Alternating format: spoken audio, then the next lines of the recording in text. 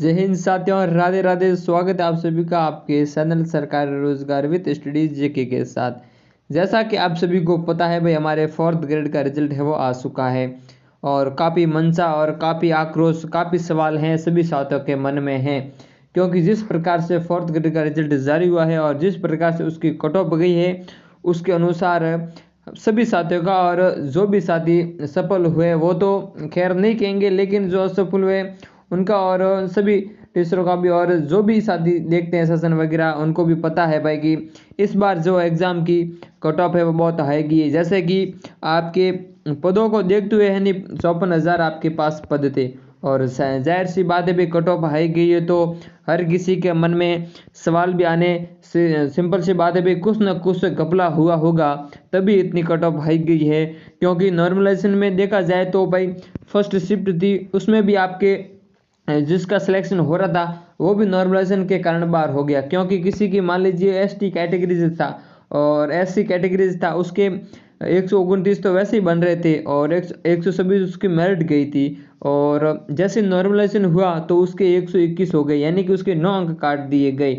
तो अब उसका सिलेक्शन हो रहा था और जैसे ही उसका नॉर्मलाइजेशन के साथ किया गया तो उसका सिलेक्शन नहीं हो रहा है, क्योंकि वो नॉर्मलाइजेशन के कारण नहीं हो रहा है। एक तो ये आपका सबसे बड़ी प्रॉब्लम होगी, और सबसे बड़ी प्रॉब्लम ये है भाई कि क्या पेपर के साथ घोटाला हुआ, या फिर ओमार सीट बदली गई, या फिर पीछे से ओमार सीट के अंदर कुछ छेड़छाड़ की गई है। कुछ ना कुछ वजह रही होगी कि भाई जिस कारण इस फोर्थ ग्रेड के रिजल्ट और इस जिस कारण इसकी कट ऑफ है वो इतनी हाई गई है। यानी कि आखिर कहाँ पर वो प्रॉब्लम या कहाँ पर वो चीज़ का क्लू है जहाँ पर फोर्थ ग्रेड की है वो कट ऑफ इतनी हाई गई है। यानी कि काफ़ी देखिए, आपने देखा होगा भी, आलोक राज जी से काफ़ी लोगों ने सवाल भी पूछे, काफ़ी ट्वीट पर यानी कि ट्वीट पर रीट्वीट करते हुए एक्स पर इतने सवाल पूछे आलोक राज जी से कि आलोक राज जी खुद जवाब देने थक गए होंगे, इतने सवाल है। क्योंकि 21 लाख कैंडिडेट थे एग्जाम देने में, उनमें से 54,000 पास हो गए, तो 20.5 लाख कैंडिडेट मान लीजिए भाई, काफ़ी कैंडिडेट सिलेक्शन के हकदार थे लेकिन उनका भी सिलेक्शन नहीं हुआ है। तो उनका जाहिर सी बात है सवाल करना भी जाहिर है, और सवाल पूछना और आलोक राज जी का जवाब देना भी बहुत ज़रूरी है।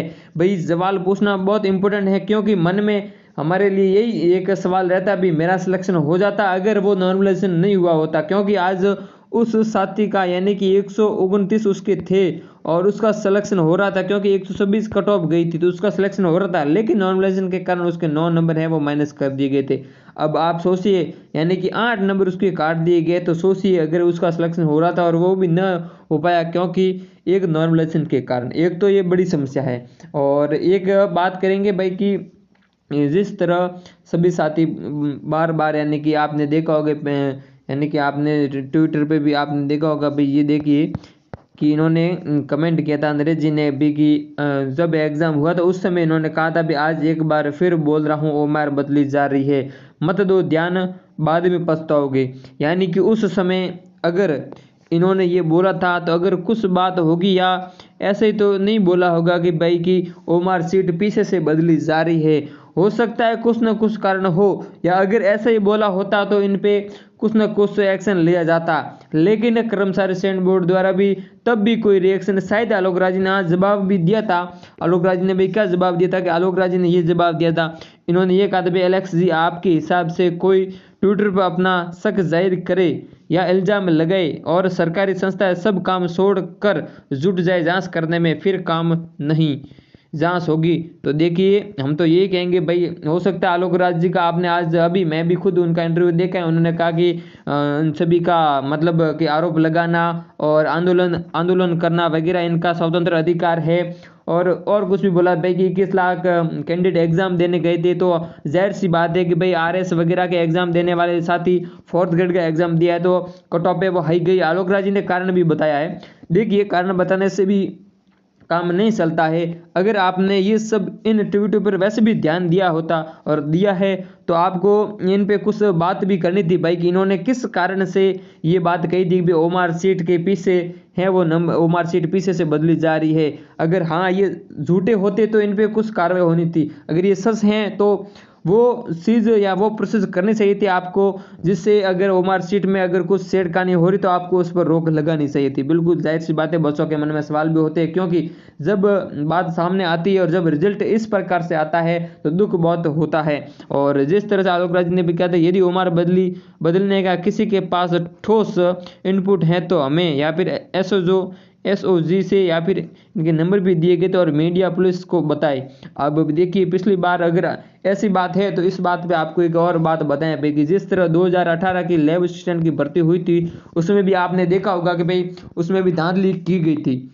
अगर आपको पता है, अगर पता नहीं है तो आप यूट्यूब पे एक बार देख लेना सर्च करके, उसमें भी आपके लैब असिस्टेंट की भर्ती हुई थी, उसमें भी धांधली की गई थी। और वो भी धांधली किस प्रकार से की गई थी भाई, देखिए आपकी ओमार शीट होती है, ओमार शीट में क्या किया गया था, उसमें ओमार शीट के साथ छेड़खानी किए बिना, यानी कि उसके साथ तो कोई छेड़खानी नहीं की गई थी, लेकिन कंप्यूटर में यानी कि कंप्यूटर के साथ है वो नंबर बढ़ा दिए गए थे। क्या किया गया था भाई, कंप्यूटर के हिसाब, कंप्यूटर यानी कि आपके कंप्यूटर पर उसके नंबर हैं वो बढ़ा दिए गए थे। तो जिस प्रकार से आपकी हो सकता है ऐसा कुछ पीछे से हो रहा हो, आलोक राज जी को पता ना हो, या फिर हम ये भी अभी तक तो नहीं कह सकते भाई हो सकता है, लेकिन ऐसा हो भी सकता हो किसके, नरेश जी के अनुसार। तो ये भी इनको ध्यान देना था भाई कि जब नरेश जी ने ये बात बोली थी तो इन्हें थोड़ा बहुत ध्यान देना चाहिए था, क्योंकि अगर इन्होंने कहा था भाई ओमार शीट बदली जा रही तो आपको क्या करना था, नरेश जी को बुलाना था और बुलाकर पूछताछ कर लेते भाई आपने किन किन को देखा था भाई ओमार बदलते हुए या वगैरह, जो भी आपने अगर देखा है तो हमें वो जानकारी दीजिए। या फिर थोड़ी बहुत अगर नरेश जी से आपको जानकारी मिल जाती या कुछ भी जानकारी मिलती तो आगे की आगे कड़ी जुड़ती,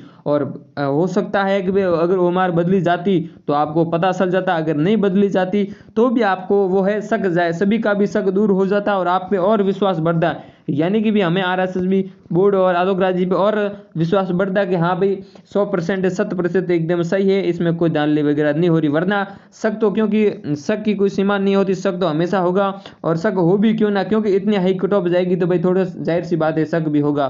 फिर देखिए ये नरेश जी थे, इन्होंने नरेश जी की बात के बारे में इन्होंने भी इलेक्शन जो भी यानी कि सर ये नरेश जी बार बार ओमार बदलने की बात कह रहे हैं, इसकी बातों में यदि लेस मात्र भी सच्चाई है तो कृपया जांच कीजिए। इन्होंने ये भी बोला भाई जांच कीजिए, लेकिन आलोक राज जी ने क्या कहा, ट्विटर पे ऐसे वगैरह बात होती है, आप एसओजी में कंप्लेंट कीजिए, आप वो कीजिए। और आलोक राज जी ने कहा भाई जांच ही करेंगे तो काम कौन करेगा, तो काम आपको थोड़ी करना है, जांच करेगा तो वो एसओजी करेगा, आपको तो अपना काम करना था, जांच करेगा तो एसओजी करेगा, आपको वहाँ कोई दिक्कत नहीं होनी थी। लेकिन फिर भी अगर इन्होंने कहा है तो हो सकता था भी ऐसा। और आगे की देखिए बात करते हैं, तो यहाँ पे देखिए ये जस्ट यानी कि रिजल्ट आने के बाद की बात है भाई कि क्या हुआ था। तो देखिए गणेश जी थे, इन्होंने भाई पूछा था कि इस भर्ती में पढ़ने वालों का सिलेक्शन नहीं हुआ, इसमें केवल फर्जीवाड़ा हुआ है और कोर्ट में लाएंगे इसको जल्दी। सभी भाइयों से निवेदन है कि इस भर्ती का जल्दी जल्दी खुलासा करें, इतनी हार्ड पेपर थी, इतनी मेरिट जा ही नहीं सकती। ये भी हो सकता है कि भाई कोर्ट में जाए नहीं जाए वो तो आप सभी में निर्भर करती है, आंदोलन होगा या नहीं होगा।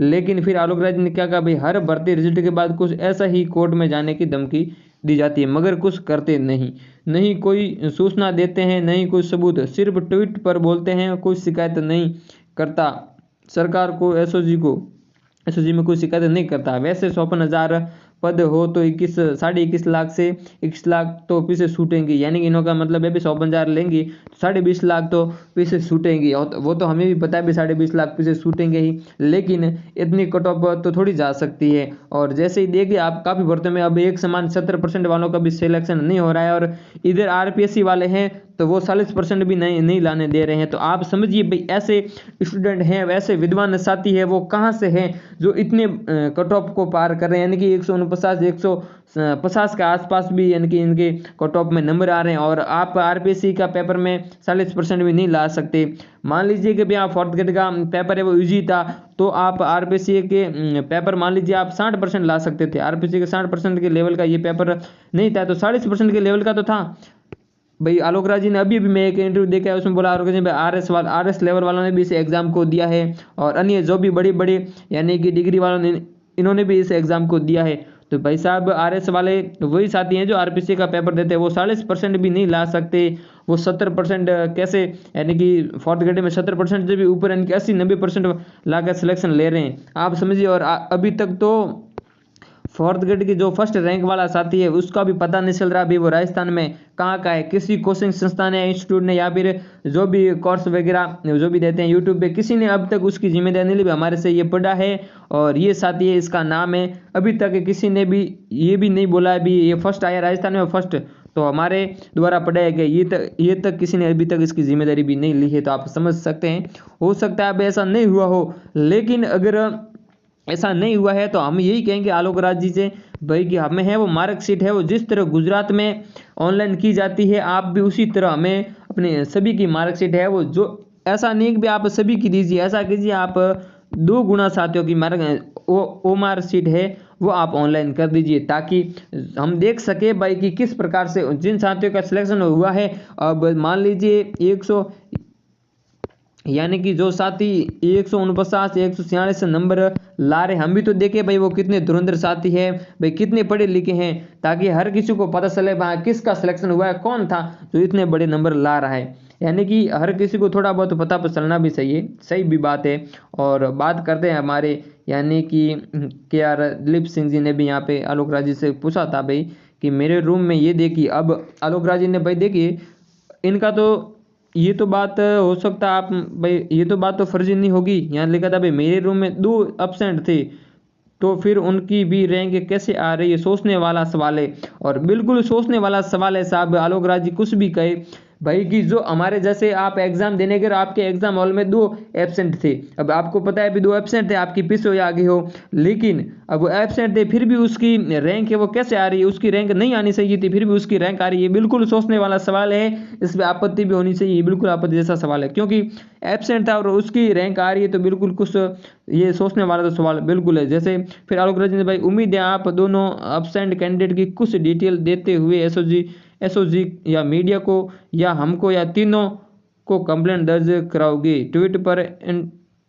इन्वेस्टिगेशन संभव नहीं है। हाँ बिल्कुल ट्विटर पर इन्वेस्टिगेशन संभव नहीं है बिल्कुल, लेकिन ऐसी भी बात है कि भाई हर स्टूडेंट या हर साथी के पास इन सभी कैंडिडेट का भी तो डाटा नहीं रहता ना कि भाई वो कौन थे, हो सकता है ये तो आप पता कर सकते हैं, वो आपको ये बता सकते हैं भाई कि ये रूम है और ये कमरा है और ये एग्जाम हॉल है। एक साथी ने वो भी कमेंट किया था आलोक राज ये एक कैंडिडेट है, और जहाँ तक उस जयपुर का शायद था साथी जिन्हें कमेंट किया था भाई कि वो एब्सेंट थी, और जब टीचर को बोलते सुनना था भाई टीचर बोल रहे थे कि ये एब्सेंट है और इसका पेपर है वो नीचे लिया जाएगा, तो आप समझ सकते हैं कि भाई अब जिस हॉल में वो एब्सेंट है उसका पेपर नीचे कैसे लिया जाएगा, यानी कि जो ऊपर हॉल है उसमें एग्जाम है लेकिन वो ऊपर हॉल में एग्जाम नहीं देगा और वो नीचे एग्जाम देगा। अब आप समझिए, तो उसने वो स्कूल और नाम जगह और शायद रूम नंबर भी बताया था, तो आप उसका भी तो पता लगा सकते थे। आपने बोला भाई उस कैंडिडेट का नाम बताइए वो बताइए, तो आप ऐसा कीजिए 2 गुना में जिसका भी सिलेक्शन हुआ 2 गुना में आप वो मार्कशीट है वो सभी की जारी कर दी 2 गुना की, तो हमें भी पता चल सके और जो हमारे जो साथी है सभी का डाउट है तो इनका भी क्लियर हो सके। और आगे देखिए आप भाई का आलोक राज और क्या कहते हैं, ये दो इन्होंने कमेंट किया था जो नरेश जी है, इन्होंने कहा था भी आज यानी कि आज फिर बोल रहा हूँ हमारा बदली जा रही है, हमने बात कर ली और इन्होंने बोला भी था इनके बारे में, जब ये बोला था तब सभी ने भी बात की थी, लेकिन आलोक राज ने कहा भी ऐसा तो होता रहता है, लोग इंजाम लगाते, अगर आपके पास कोई सबूत है तो आप बताइए। तो मैं इस पर ये बात कहूँगा, जब 2018 की भर्ती थी लैब असिस्टेंट की, उस समय राजस्थान में तो वो नहीं पकड़ी गई थी, लेकिन वो पकड़ी गई थी उत्तर प्रदेश यानी कि यूपी की जो STM थी, उन्होंने ये भर्ती में फर्जीवाड़ा को यानी कि पर्दाफाश किया था। तो उस समय भी स्टूडेंट के पास कोई सबूत नहीं था, तो इस समय भी स्टूडेंट के पास सबूत नहीं होगा, और सबूत होगा कैसे, क्योंकि इतनी बड़ी भर्ती और इतनी बड़ी संस्था है, अगर एक भी सबूत है तो वो स्टूडेंट के पास ऐसे ही किसी के पास हाथ नहीं लग सकता, आप सभी समझ सकते हैं, क्योंकि कोई सबूत किसी का हाथ लगना ऐसे हलवा चीज है नहीं, क्योंकि RSS भी हो या अन्य जो भी है बड़े बड़े अफसर वगैरह होते हैं, तो इसमें देखो हर किसी के पास सबूत हाथ लगना है, यानी कि नॉर्मल सी जनता के पास सबूत आ ही नहीं सकता साहब, इतनी बड़ी संस्था है, इतनी बड़े सब बहुत कुछ बड़ा यानी कि एक बड़ा फॉर्मूला होता है, तो ऐसे ही किसी के पास शब्द हाथ नहीं लग से। और ये जो आप देख रहे हैं ये है एक रूम में 3 टॉपर, अब एक रूम में तीनों ही टॉपर थे, हो सकता है अभी तीनों बड़े इंटेलिजेंट हो तो हो सकता है तीनों टॉपर हो सकते हैं, इसमें कोई डाउट नहीं है, लेकिन एक बात ये भी सोचने लायक भी तीनों टॉपर एक ही रूम में कैसे आ सकते, तीनों ही, वो भी तीनों टॉपर देखिए ये 26 में 33 में 146 में, तीनों इंटेलिजेंट सबसे बड़े बड़े टॉपर हैं, फिर भी देखिए इनके सीट में कितना डिफरेंस है 1 2 3 1 2 3 कहीं में ज़्यादा है, कहीं में जोड़ा है, यानी कि ठीक है, हो सकता है भाई इसमें एक रूम में 3 टॉपर आ सकते हैं। फिर ये देखिए इन्होंने पूरा बताया। अभी यहाँ पे हमारे रूम में एक लड़की है वो एब्सेंट थी, तो इस पे बात करते हैं। ये थे हमारे मुकेश जी, इन्होंने क्या बताया भाई कि ये मेरी रैंक है। क्या है? ये मेरी रैंक है, लेकिन मेरे पीछे वाले 2 लड़के का कहाँ गए जो रूम में बैठे थे? बोलो। इनके पीछे 2 लड़के बैठे थे और उनकी रैंक शो नहीं हो रही, यानी कि इनकी रैंक थी वो तो शो हो रही थी, लेकिन इनकी पीछे 2 लड़के बैठे, इनकी शो नहीं हो रही। इन्होंने ये बोला तो आलोक राज ने भाई जवाब दे, तो कहा भाई रोल नंबर बताए हैं कि 11-20-392 एब्सेंट था, और रोल नंबर 11-20-393 के माइनस 4 मार्क्स आए। जो अभी कैंडिडेट परीक्षा में अनुपस्थित होगा या जिसके मार्क्स नेगेटिव में है वो मेरिट लिस्ट में नहीं होगा। भाई हो सकता है आपका कुछ नियमों और जो एब्सेंट है या फिर जिसके नेगेटिव मार्किंग है, तो हाँ ठीक बात है कि भाई वो एब्सेंट है तो नहीं बैठ सकता, तो आपने नहीं बताया होगा तो वो अलग बात है। लेकिन आप जो बताते हैं तो उसका तो सलूशन कीजिए। ये आपके सामने है। इसमें देखिए मैंने जो बात की थी फर्स्ट शिफ्ट में कितने 8 से 9 अंक कम हुए, ये भी एक बड़ी यानी कि गलत चीज़ है, क्योंकि आप किसी शिफ्ट में 8 से 9 अंक कम कर देते हैं और किसी शिफ्ट में 6 से 7 अंक बढ़ा देते हैं। अब पहले वाले शिफ्ट के जिसके 129 मार्क्स आए थे उसके सीधे 121 हो गए, तो जिसका सिलेक्शन हो रहा था उसका सिलेक्शन अब नहीं हो रहा है। तो ये भी एक बड़ी बात है। जो साथियों के सिलेक्शन होते थे वो भी अब बाहर कर दिए गए। तो आप सोच के देखिए भाई इतनी नॉर्मलाइजेशन करने की क्या जरूरत थी कि 8 नंबर तो काट दिए गए और किसी के 4 से 5 अंक बढ़ा भी दिए गए। ये एक अलग ही बात है भाई साहब। पहले शिफ्ट वालों का आपने काट दिया 8 से 9 अंक, किसी का सिलेक्शन होते हुए भी वो बाहर हो गया।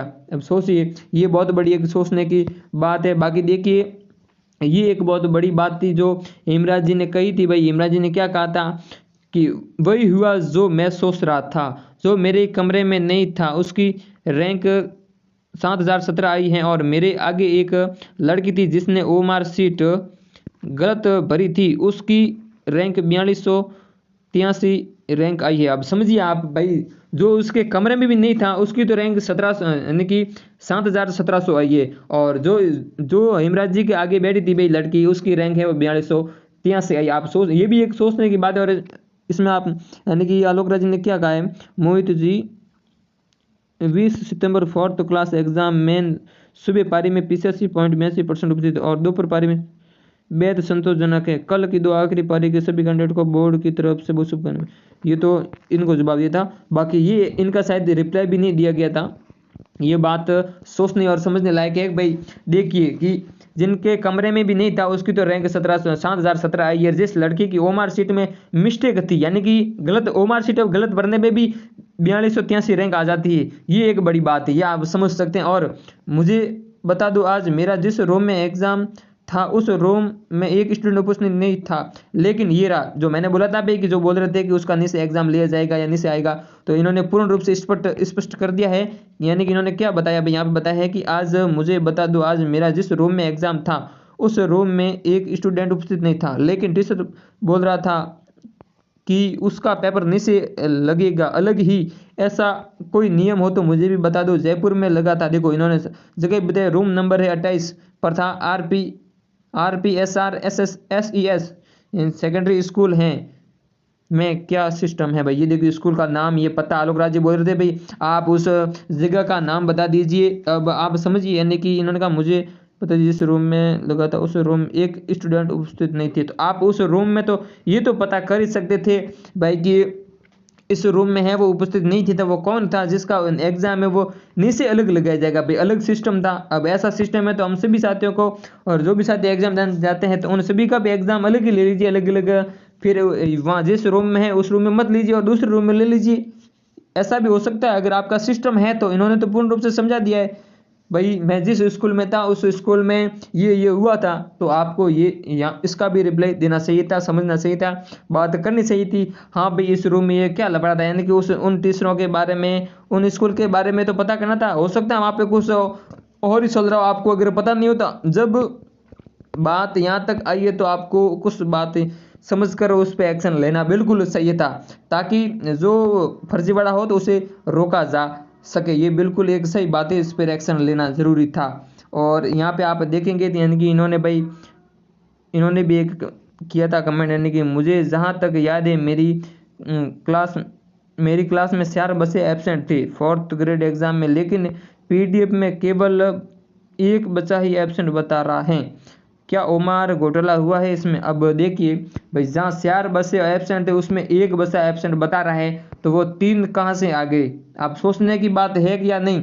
आलोक राज जी, अभी मैं 2 घंटे पहले इनका इंटरव्यू दे के आए कि बच्चे ऐसे लगा रहे हैं। हमने तो पूर्ण रूप से पूरा प्रयास किया, सही ढंग से पूर्ण रूप से रिजल्ट देने का प्रयास किया। पहले रिजल्ट वगैरह वगैरह आता था और हमने अब पूर्ण रूप से प्रयास किया है। तो जहाँ तक आप देखते हैं भाई कि जो साथी बता रहे हैं, तो ये तो बताने लायक हैं भाई कि इन्होंने तो शायद झूठ नहीं बोला होगा। अगर झूठ बोला है तो आप इन पे कुछ कीजिए ताकि हमें भी पता चल सके, और जो भी साथी इनका भी डाउट है इन्हें उन सभी को पता चल सके भी आप 4th ग्रेड में कोई फर्जीवाड़ा नहीं हो। हमने पूर्ण रूप से निष्पक्ष परिणाम दिया है ताकि हमें भी बोर्ड पर पूर्ण रूप से विश्वास हो सभी छात्रों को, और पढ़ाई में आगे हम पूर्ण रूप से पढ़ाई कर सके। हमें भी पढ़ाई से विश्वास उठ रहा है भाई कि हमने पूर्ण रूप से 1 साल लगे तो और हम तैयारी करते हैं और फिर हमारा सिलेक्शन है होते होते रह जाते, या फिर आप नॉर्मलाइजेशन के चक्कर में हमारे नंबर काट कर हमें बाहर कर देते, तो बहुत तकलीफ होती है जब हमारा सिलेक्शन नहीं होता है। तो ये बहुत बड़ी बात है भाई। इन साथी ने जो बात कही है भाई कि 3 नए लोग एब्सेंट थे, वो अब उस एब्सेंट में नहीं है, यानी कि उनकी प्रेजेंटेशन हो गई है। तो वो 3 लोग कौन हैं?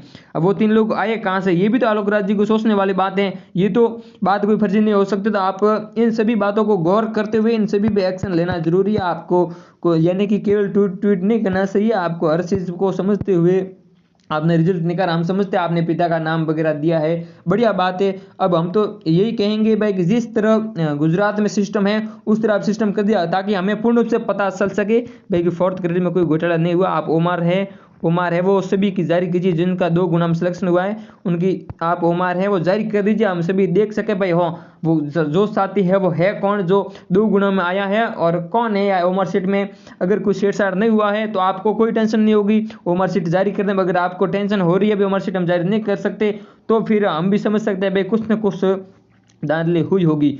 बाकी की जो भी साथी चैनल पर आए तो चैनल को सब्सक्राइब जरूर कीजिए, क्योंकि पूर्ण प्रयास किया भी बात करने का। और आलोक राज जी से हम तो ये कहेंगे भाई हमारे जो भी डाउट है वो आप क्लियर कीजिए। आपने जो इंटरव्यू में दिया है वो हम समझ सकते हैं भाई, आपने बोला है ऐसा नहीं होता है। अगर नहीं होता है तो आप उन सभी चीज़ को क्लियर कीजिए, ताकि अगर घोटाला नहीं हुआ है तो आप क्लियर कीजिए भाई घोटाला नहीं हुआ। नहीं तो हम सभी को ये लगेगा भाई बिल्कुल घोटाला हुआ है वो मार्कशीट में। अगर आपको नहीं पता है तो आपके सिस्टम में देखिए, क्योंकि पिछली बार भी 2018 में भी घोटाला तो हुआ था, शायद आप वहाँ नहीं थे, लेकिन हो सकता है सिस्टम वही हो, हमें थोड़ी पता है। सिस्टम अगर बदला नहीं है कुछ भी हो सकता है। पिछली बार कंप्यूटर में नंबर बढ़ा दीजिए, अब यहाँ पे उम्र सीट गायब भी हो सकती है, ऐसा जरूर नहीं है कि नहीं हो या हो, ऐसा भी नहीं है। हम यही कहेंगे ओमार सीट है वो 2 गुना आप क्या कीजिए, ओमार सीट 2 गुना की है वो सभी के साथ, यानी कि आप लाइव कर दीजिए भाई 2 गुना की ओमार सीट है। अगर लाइव नहीं कर सकते उसमें आप रोल नंबर वाइज हमें सभी की देखने का अनुमति दे दीजिए। 2 गुना की आप 51 यानी कि 1,08,000 कैंडिडेट की 2 गुना की हैं ओमार सीट, वो हमें दे दीजिए। हमें भी पता चल सके कि कौन से धुरंधर साथी हैं जो हर भर्ती में टॉप कर रहे हैं। ठीक है, बाकी यही बात थी साथियों। बाकी चैनल को सब्सक्राइब जरूर कीजिएगा। पूर्ण प्रयास किया आपको समझाने की, बिल्कुल घोटाला हो सकता है, नहीं भी हो सकता है, फिलहाल अभी कुछ नहीं कह सकते, लेकिन जब तक इस पे कोई एक्शन नहीं होगा या इन सभी चीज़ों पे रोक नहीं लगती तब तक ये ऐसे ही चलते रहेंगे। ठीक है, धन्यवाद, जय हिंद, जय भारत।